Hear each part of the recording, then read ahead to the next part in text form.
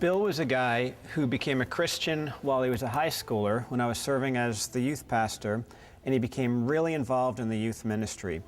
When he graduated high school, he then went off to a university, and at Thanksgiving break, the first year, he called me up and he said, "Let's get together."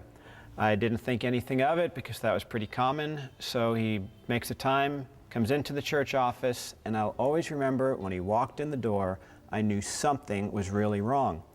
He walked in and his whole countenance was kind of down. You could tell that he was even a little bit angry when he walks in.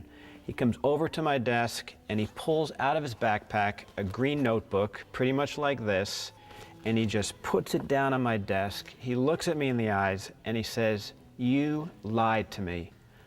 That totally caught me off guard. Here I was, his youth leader, totally invested in his life. He comes back from school, looks at me, and he says he lied to me. That's the last thing I was thinking he was going to say.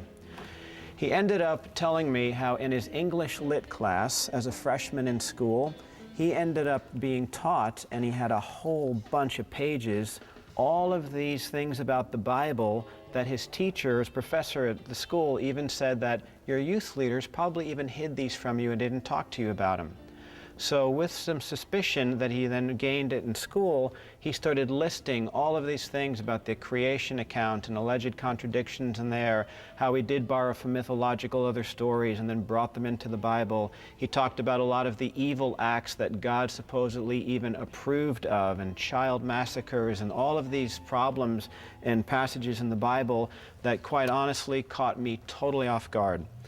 What occurred was, in high school ministry, I addressed a lot of the very classical apologetics, why you can trust the Bible, some of the prophecies that came true, kind of how it was put together, but none of these questions were any of the ones that we ever addressed because I never thought somebody would be asking them, and I honestly couldn't even answer Bill right there, several of the things that he asked me.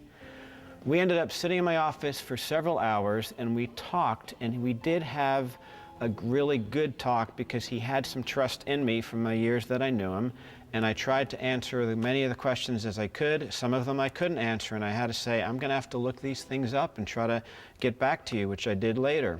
But it really sent me kind of a warning signal saying, things are changing today. This is out there. This type of thinking is becoming more and more common, that people in our culture today are having their impressions that Christians are blind-minded, dogmatic, fundamentalists who really don't think about these things in the Bible.